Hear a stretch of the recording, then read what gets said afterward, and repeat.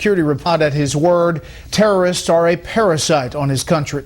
But dig a little deeper, and it seems Assad and Al-Qaeda have something of a symbiotic relationship. Senior foreign affairs correspondent Greg Palcott explains.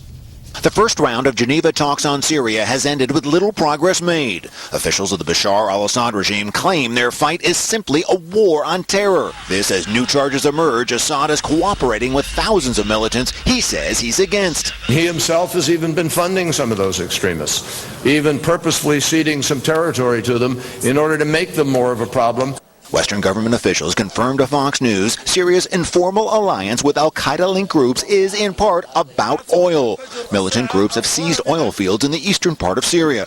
A key customer for Terror Oil is the energy-strapped Syrian regime. It's claimed militant tanker trucks are allowed to cross front lines, and Damascus is avoiding hitting Al-Qaeda positions. Why, when Syrian regime like to attack some area in the north of Syria, don't attack this terrorism organization. According to experts, cooperation with radical elements serves the purposes of Damascus. It splits the opposition, with infighting raging between secular rebels and Islamist extremists. And it further supports the government's anti-terror narrative. It works in Bashar al-Assad's favor to have Al-Qaeda in Syria.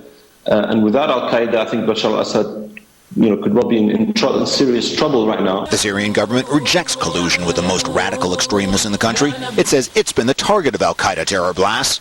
In our interview last fall, Assad denied his resistance to peaceful reforms helped create the conditions for terror. So the core of the idea that I created the atmosphere to invite terrorists to Syria.